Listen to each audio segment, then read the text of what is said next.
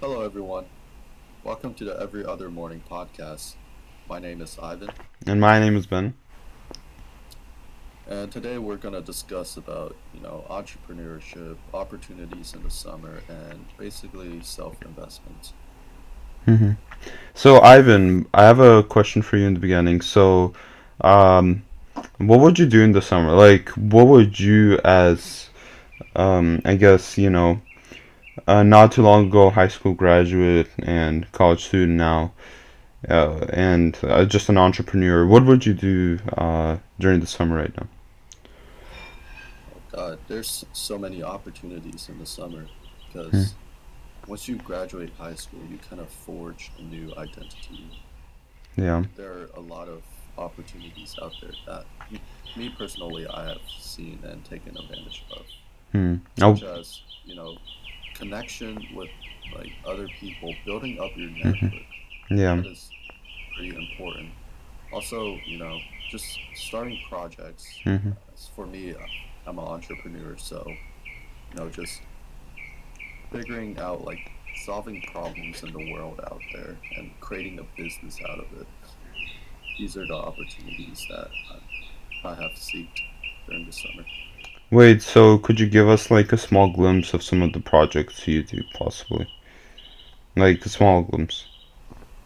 Yeah, well, I have a few projects, including my YouTube channel, where I post like videos of me performing songs on the piano with very cool visual effects. Hmm.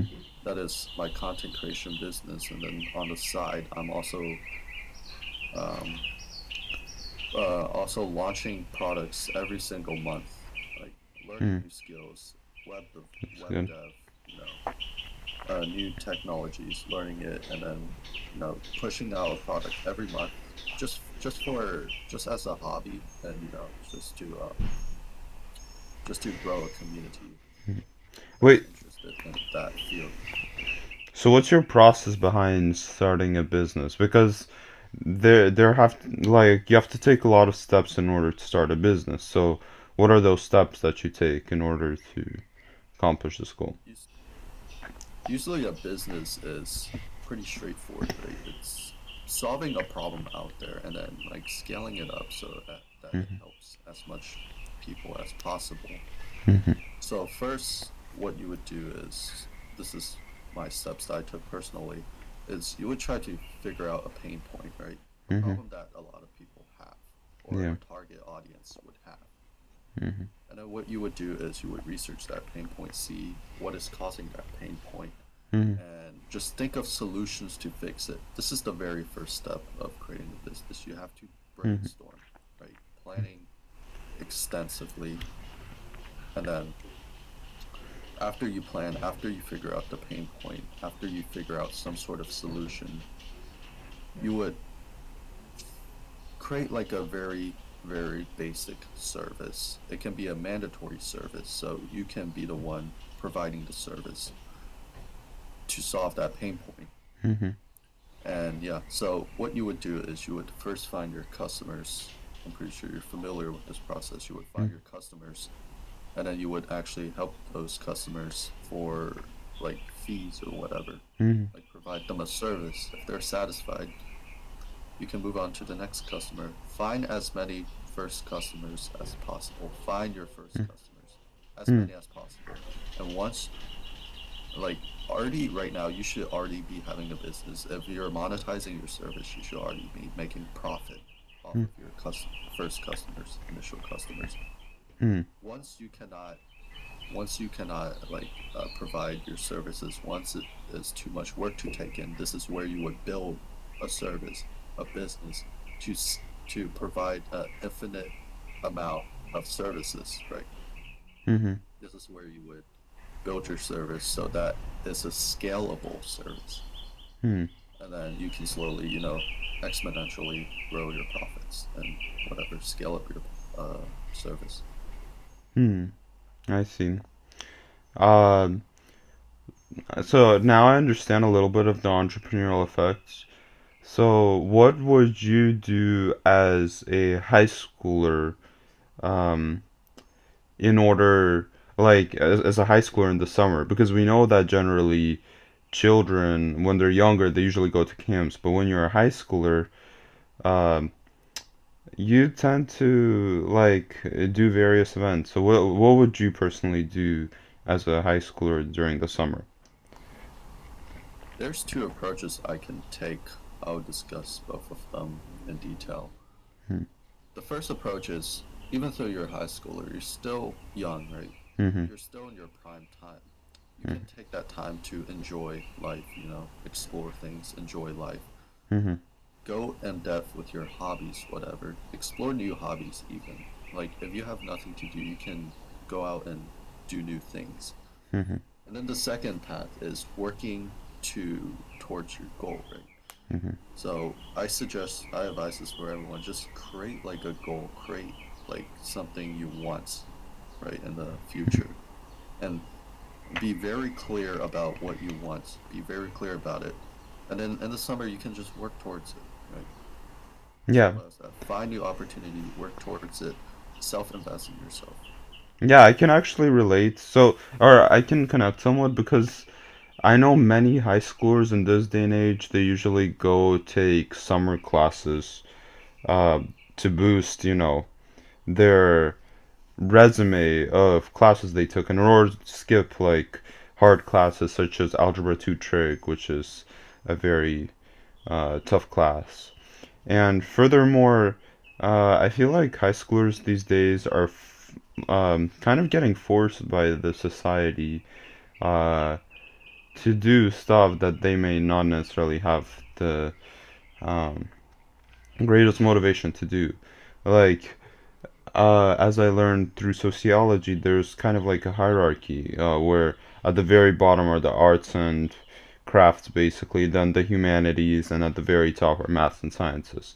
So I feel like most high schoolers these days, especially going into college and thinking about the majors and what classes to take in order to look most attractive to colleges, and they seem to take advanced math and science classes in order to, uh, I guess, earn the most pay in the future because that's what the society is forcing upon them.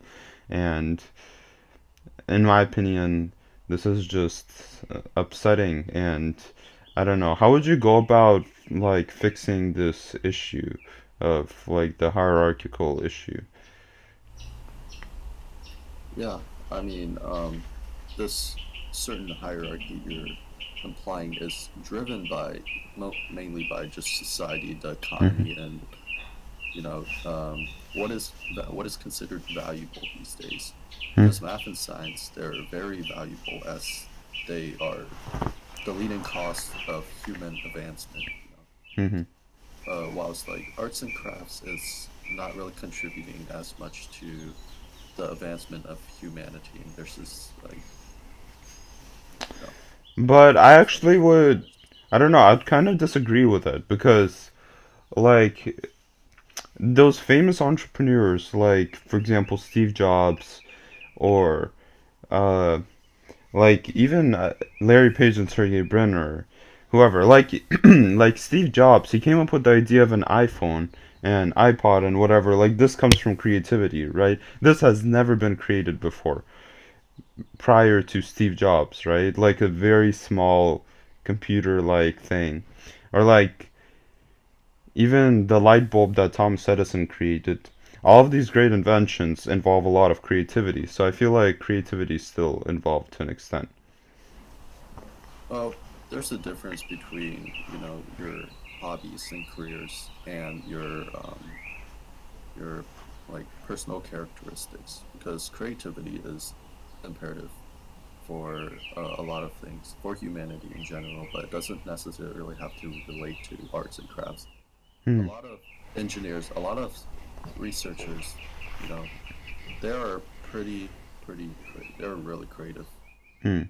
and they think of a lot of creative solutions to solve our modern problems. Hmm. Yeah. Okay, anyways, do you have any questions to ask? Yeah, let's go back to opportunities for high schoolers. High schoolers are, doing what they want, taking classes, learning new things, stuff like that. I feel As like, long as you're, as long as you're investing your time wisely, right? And I mhm, don't mean by working 24 hours a day. That's mhm, very detrimental to your health. What I mean is every minute you spend is worth it, whether it will be contributing to your happiness, well-being, or it'll be contributing to your goal. So that is my advice for high schoolers that have just started summer.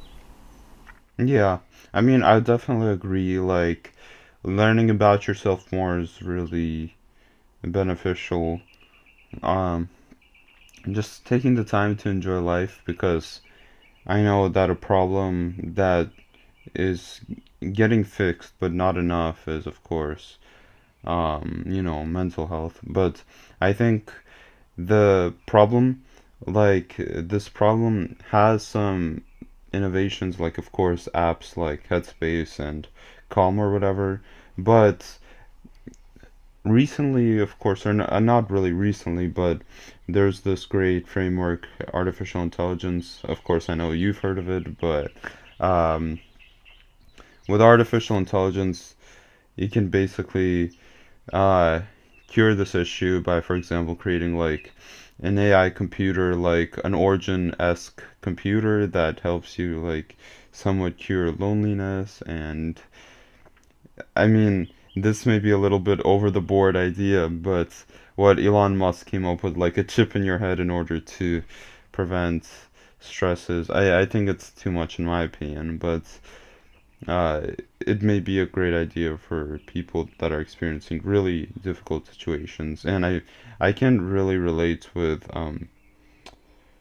uh, high schoolers in that sense. And I feel like this fear, like even though we think that, oh, there's too much in the meditation mental health department in order to cure it through technologies, I still feel like we're barely touching the surface. Like some other creations I literally just came up with are maybe we can even create like an AI bot that uh, knows chemicals very well and can combine chemicals in order to form medical advancements in order to help with curing various mental illnesses as well. So I feel like we're barely touching the surface in this area, and there can be more innovations that solve this problem in the future.